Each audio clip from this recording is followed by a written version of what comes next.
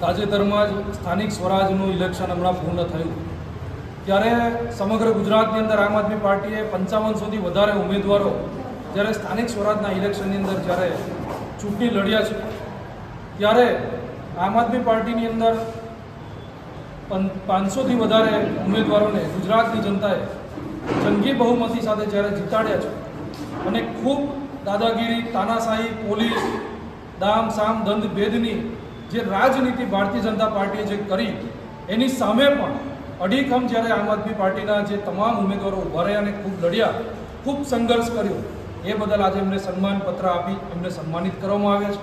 આજે ભરૂચ વિધાનસભા અને અંકલેશ્વર વિધાનસભાના તમામ કાર્યકર્તાઓ, પદાધિકારીઓ અને જે પણ ઉમેદવારો હતા એ તમામ લોકો મોટી સંખ્યામાં જ્યારે ઉપસ્થિત રહ્યા છે ત્યારે હું આગામી દિવસોની અંદર નવા સંગઠનની રચના પણ થવા જઈ રહી છે.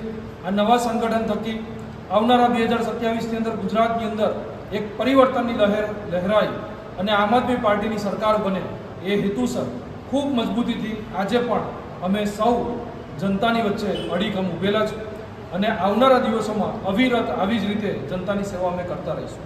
અસ્તુ. ભારત માતા કી જય.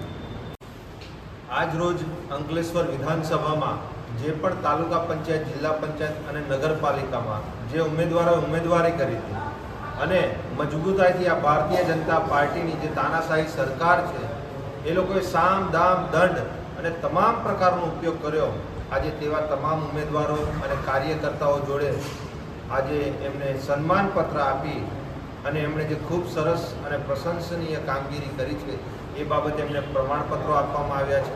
અને સાથે સાથે આવનારી 2027 જે વિધાનસભાનું ઇલેક્શન છે એમાં આ તમામ કાર્યકર્તાઓને સંગઠનમાં સમાવેશ કરી અને સંગઠનને વધુમાં વધુ મજબૂત બનાવી અને 2027માં આ તાનાશાહી સરકાર, આ ડબલ એન્જિનની સરકાર સામે અમે મજબૂતાઈથી લડીએ એ માટે આજે અમે કાર્યકર્તા સંમેલન રાખ્યું હતું અને તેમાં તમામ ઉમેદવારશ્રીઓ, કાર્યકર્તાઓ, પદાધિકારીઓ સૌ અહીંયા ઉપસ્થિત હતા.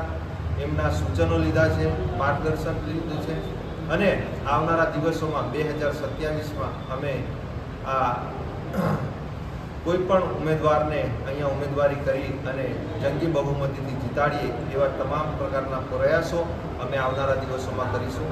નિરંજનભાઈ વસાવા, આમ આદમી પાર્ટી પ્રદેશ સંગઠન.